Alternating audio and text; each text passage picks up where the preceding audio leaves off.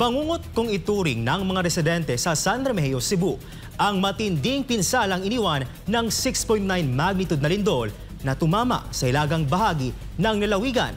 Halos 2 linggo na ang nakalipas.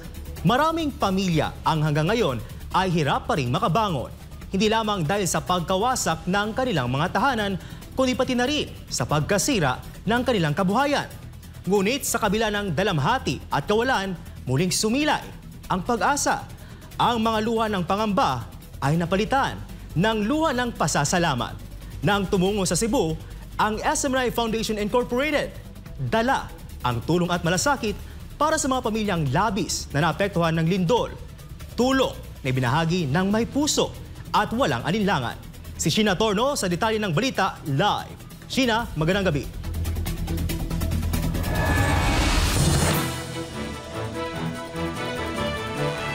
Prince, magandang gabi dyan sa iyo sa studio. No? Alam mo, Prince, hindi madaling bumangon matapos mawasak yung bahay at kabuhayan. Pero para sa mga taga San Remigio dito sa Cebu, ay may mga kamay na muling nag-abot ng pag-asa sa gitna yan ng kanilang pagdadalamhati.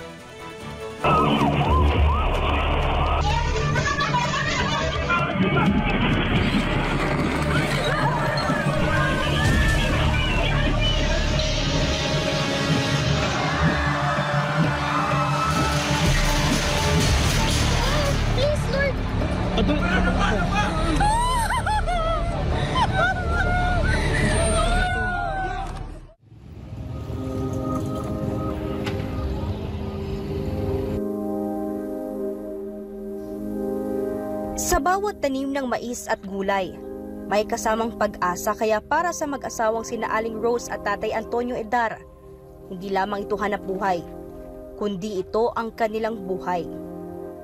Bago pa man sumikat ang araw, naroon na sila sa bukid.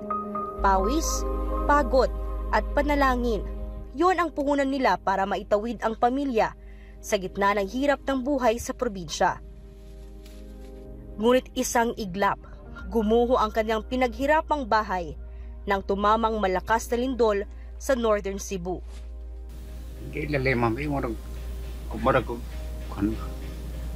Problema ko sa kalingon, magdisudari ko, matukugo ba, hanya akong paglakaw, baragwana, depresyado dito. Kita sa pagsasaka ang ginamit ng mag-asawang Edar para maipatayo ang kanilang tahanan. Bunga ng pawis at ilang taon na pagsusumikap sa bukid. Pero winasak ito ng 6.9 magnitude na lindol. Hindi lang ang kanilang bahay, maging ang mga alaala at mga pangarap na matagal nilang binuo. Ako ibati, ma'am, no, depress kayo ko sa akong gagawin. Depress kayo ko. Gagawin man kayo. Hago pa ko sa uba. Igulin ako, lantaw ba'y mag-uol ko. Permi. Hindi man sila nasugatan. Malaking pasasalamat ni Aling Rose na buhay silang mag-asawa. Ngunit sa tuwing bumabalik sa kanilang isipan ang nangyari, nanunumbalik din ang kaba, ang trauma at ang mga aftershock na tila ayaw nilang mangyari muli. Among gibati kanang kuan. Kanang ginervyos me sa mga hitabo ba. Mga kaagi sa katong paglinog jud. Ang tud karon kuan man gud ako, may imagine gud ako nga kusog kay siya niya, di yan ano ba? Kay pagkata kong pagkabata, karon pag ko nga nakasuway nga, inatog siya ka kusog nga. Dili gitiaw-tiaw nga kung gibati bang kanervyos ba. Kung ako gani pasultiho na lang gani mabagsak nga bisag kutsara, bation lagi ko kakulba gyud. Na-trauma jud ko. Hindi lang mag-asawang Edar ang nakaranas ng trahedya. Sa kabilang barangay, tila bangungot din ang sinapit na mag-asawang Irish at Kim Ibanez nang muntik nang mahulog sa bangin ang kanilang 3 taong gulang na anak habang lumilindol. Kasama ng asawa ko at 3 years old na anak. Kaya kung hindi ko siya kaagad na nakuha, siguradong hulog siya dun sa loob. Crack na din yung tapos nung nawak, buti na lang yung anak ko ang nawakan ko, tapos tumabi ako dito. Nakita talaga namin kahit madilim, kung buti na lang hindi yung unan yung nakuha ko, bata talaga. Tapos dito na kaming 3 sa asawa ko. Hindi na rin alam ni Irish ang gagawin niya kung hindi mailigtas ang kanilang nag-iisa at pinakamamahal na anak. Mga 9:59, grabe, pag bukagid sa kumata, wala na dingding niya. So niadto ko sa ubos, mo pag-ambak ni Kim niya. Ang akong kakulba man gud kay nagtuo, wala niya nakuha si Ziggy, kay wala man gid tingog-tingog si Ziggy ba. So niya, di pod mi kagawas kay natrap ang amang pultahan, nasiraduan sa mga kabinet, nasiraduan sa mga stand fan, yun, tungod sa kakusog yun. Pero matapos ang lahat, gumuho rin ang kanilang tahanan, pati ang maliit na tindahang bumubuhay sa kanila. Sa ngayon, panalangin na lang ang kanilang sandigan na muling makabangon sa gitna ng kawalan. Hiling na lamang ng mga residente ang suportang maibibigay sa kanila sa gitna ng kanilang naranasang trahedya na nagpadapa sa kanilang tirahan at kabuhayan.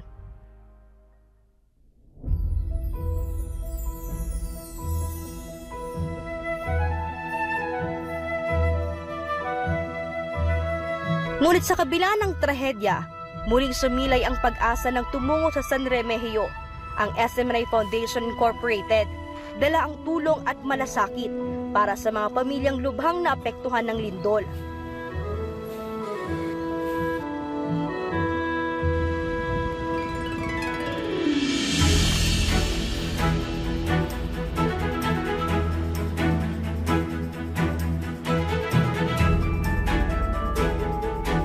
Hindi naging hadlang sa mga volunteer ang lakas ng lindol upang maghatid ng tulong sa mga kababayang labis na nangangailangan. Tapos ang matagumpay na relief operation sa Daan Bantayan, agad na tumungo ang foundation sa San Remigio para sa ikalawang leg ng malawakang humanitarian mission.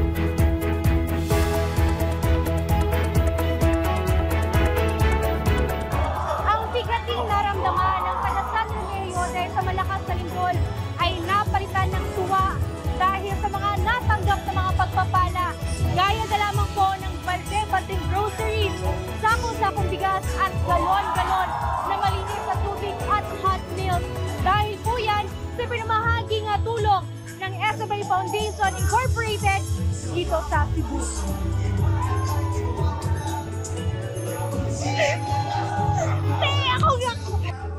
Labis naman ang pasasalamat ni Kapitan Albino Lerasa ng Barangay Dapdap dahil sa dami ng mga naibahaging tulong ng SMNI Foundation mula sa mga hindi nagpapakilalang sponsors at donors. Dako kay kog pasalamat, ma'am, sa akong barangay mo inyong napilian sa SMNI Foundation. Dako kayo kog garbo nga ang akong 37 barangay ang ako gyud mo inyong napilian. Salamat sa inyong mga grocery, sa sako-sako nga bugas o binalde nga balde nga groceries o galon-galon nga tubig o naapoy packs nga pack-lunch nga makaon dayon sa akong mga constituent, ma'am.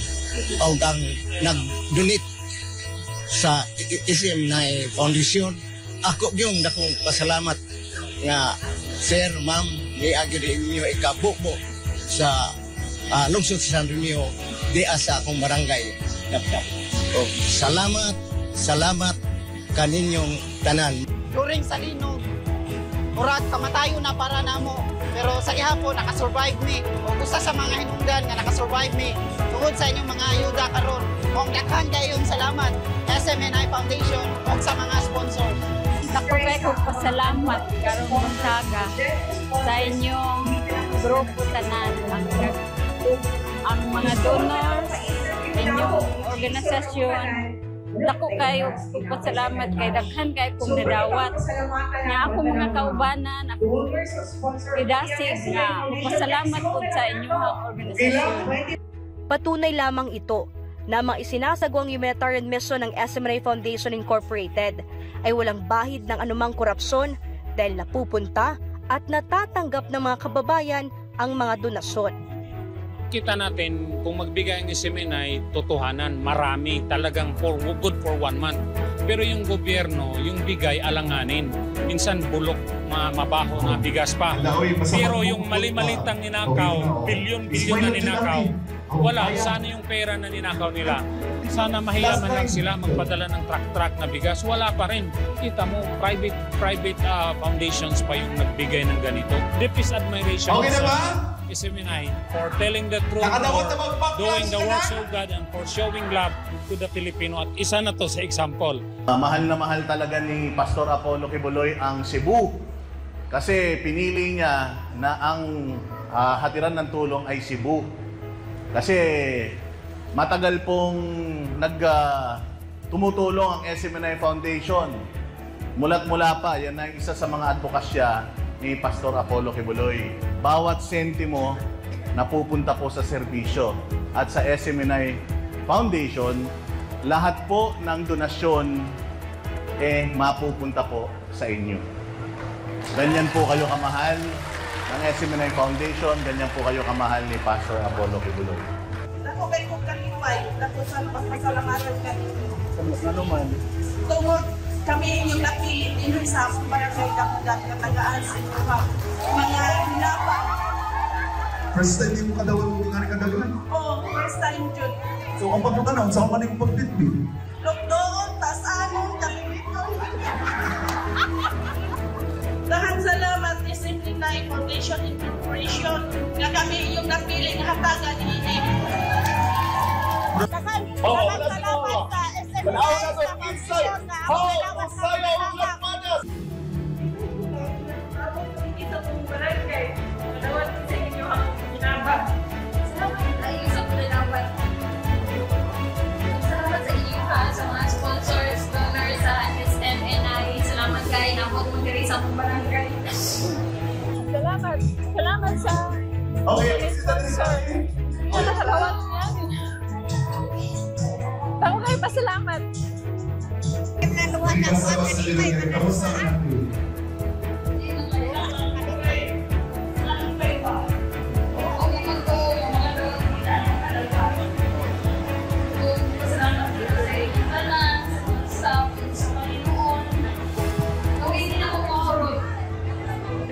Salamat sa inyo.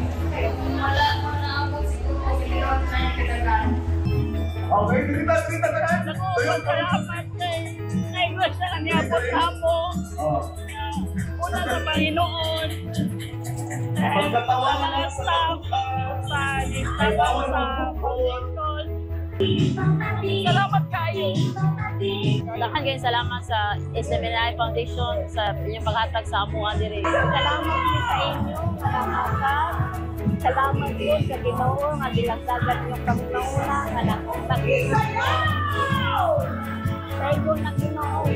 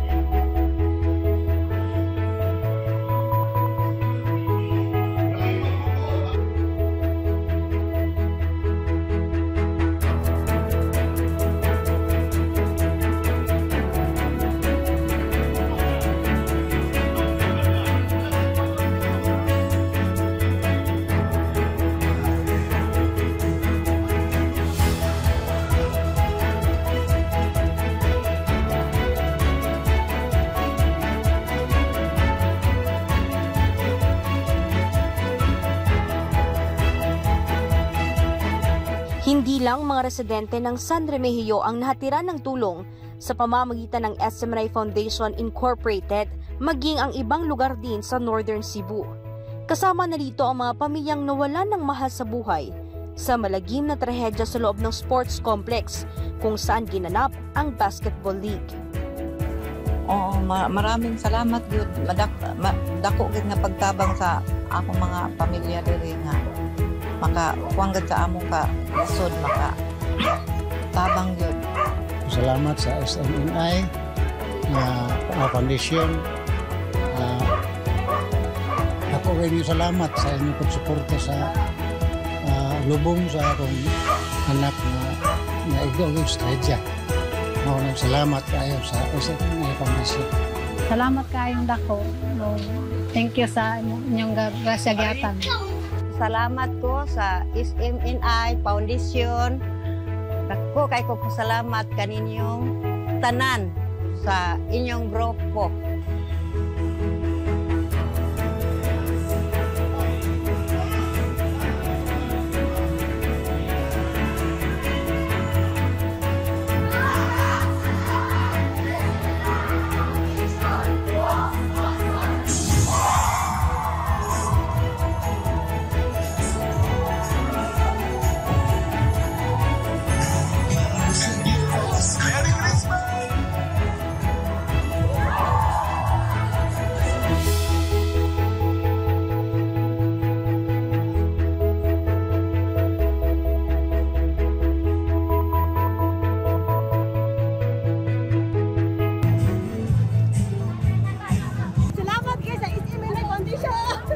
Salamat kayo sa dakong tabang. Salamat kayo sa inabang SMNI o sa mga staff o sa mga donors. Salamat kayo. Salamat SMNI Foundation. Thank you so much. SMNI Foundation. Salamat. Thank you.